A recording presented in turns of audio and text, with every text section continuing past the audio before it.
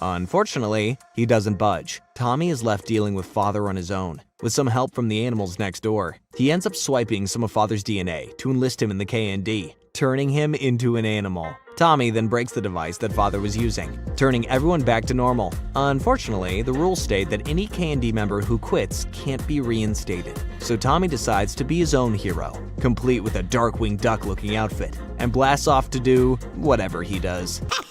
He is definitely your brother number 2. In Season 4, we're introduced to number 13, who just so happens to be seen as the worst KND operative of all time. Unlucky number, I guess. In his first appearance, he crashes the KND's flying bus, crashes their rocket ship, and ruins a rainbow monkey macaroni painting that the team was out to rescue. Good start. I couldn't save the monkey, Lisa! Later on, number 2 is babysat by a returning Kree, but things go a little awry when Hoagie gets on her nerves. Tommy shows up in his The Tommy attire, but is quickly shut down when she suits up in her villain armor. Turns out she's an entire team of teen ninjas that help her as well. We should probably keep an eye on them. Speaking of teens, a couple of episodes later, we meet Maurice, the original number 9. He has unfinished business with chickenpox, but is about to turn 13 and be decommissioned. Many members are upset with this, and Sector 5 decides that even after he becomes a teen, they'll watch over him and make sure he doesn't join the enemy. Although very soon after, Maurice is suckered into a trap by a bunch of teenage girls led by Kree. Number 5 goes to set him free, finds Kree, who's about to use a giant cannon to infect all kids with chickenpox. Kree is also alongside a seemingly teen-washed Maurice, and it seems like it's the end of the line. Maurice rebels though, firing the cannon at teens instead. Maurice reveals he's one of the few secret, undercover KND operatives who remain members after 13 too, all to inform the public of the teens' and adults' evil plans. But I need your help. Sure, Kree. I'll do whatever I can.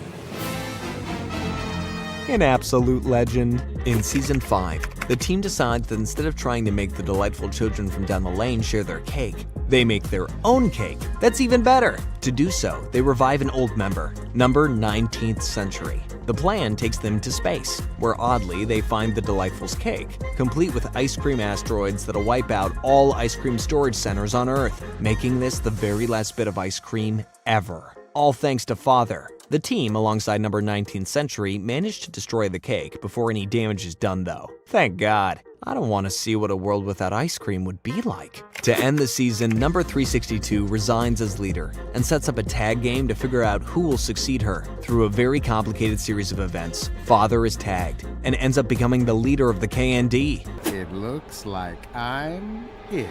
In his first act as leader, Father begins turning the tree houses around the world into broccoli and harnessing its awful power to take kids down across the world. This backfires on himself pretty quickly though, as through threatening to make Father eat broccoli himself, number 362 is tagged and becomes leader again. Kids Next Door Operation Zero dropped soon after the start of Season 6 and began by telling the fabled story of Number Zero. Britain is full of child labor factories controlled by a man simply known as Grandfather. Grandfather's 2 sons escape from their factory jobs and come across the Book of KND, which gives them the history of the KND operatives before them and how to use 2x4 technology. One of the sons decides to use this info to rebel. There's a section for each kid to write down his own story.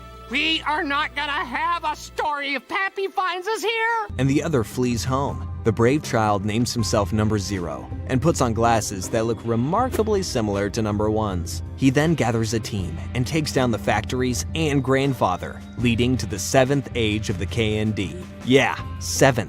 This story is supposedly only rumor within the KND, but Number 1 firmly believes it, wanting to find the Book of KND himself. Father brings back Grandfather, who immediately takes his position as head honcho of the villains. My pleasure, Dad. And now, get out of my sight!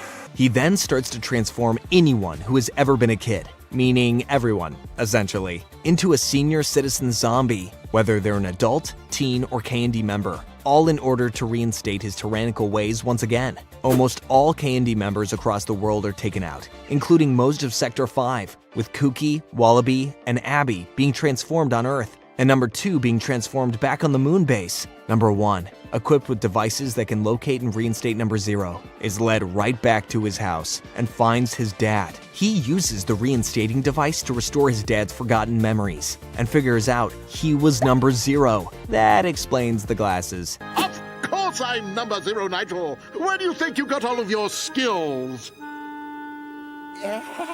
Number 0 takes him to a laid-off father and revealed he's his brother, meaning that father is also number 1's uncle, and grandfather is number 1's actual grandfather. Talk about fighting with the family. The delightful children are also recommissioned and revealed to be the long-lost Sector Z, who had been brainwashed into their delightful states long ago. Number 5 returns to Moonbase and partially reverts Sector 5 from their zombie senior selves, having them drop the Moonbase treehouse on Grandfather right as he finds the Book of K&D. Number 0 tricks a miraculously alive Grandfather into the decommissioning chamber and has them both decommissioned, wiping their brains. The entire world goes back to normal, and Number 0's tale is officially recognized. Whew, that's a lot to digest. The final episode of Kids Next Door sees the team seemingly being replaced by a new sector, Sector W, on their famous cake missions. The team return home, only to find the delightful children were planning on trapping Sector 5 and eating it in front of them there. However, to their dismay, Number 74.239, a scientist operative, had already stolen the cake. Number 74.239 announces a scavenger hunt for the cake, which sees Sector W fall apart and takes Sector 5 into space. It's revealed this was all a plan to initiate Number 1 into Kids Next Door Galactic, which would unfortunately see him leaving home and never returning. Nigel's father and mother have temporarily been recommissioned so they can say goodbye to their son properly, and it's even revealed that Nigel's mom is Number 999. Even if we never see each other again, just promise me one thing, that you'll never grow up, even if you're 100 years old and don't remember a thing about our times together. He says goodbye to the rest of Sector 5. You're only a kid once, right? So this means you're in charge of Sector V again. And appoints Abby as new leader before going off into the unknown. The episode ends with the grown-up K&D recounting the story that was just told. And that's all I remember. Everything is getting kind of fuzzy again. And getting a call from Nigel, who's returned to the moon base and wants to meet everyone there. The end. Or so it may seem. Turns out Cartoon Network may even be planning on making Galactic Kids Next Door. To this day, Cartoon Network is still tweeting about the show, so who knows? Maybe Sector 5 will be making the return sooner rather than later.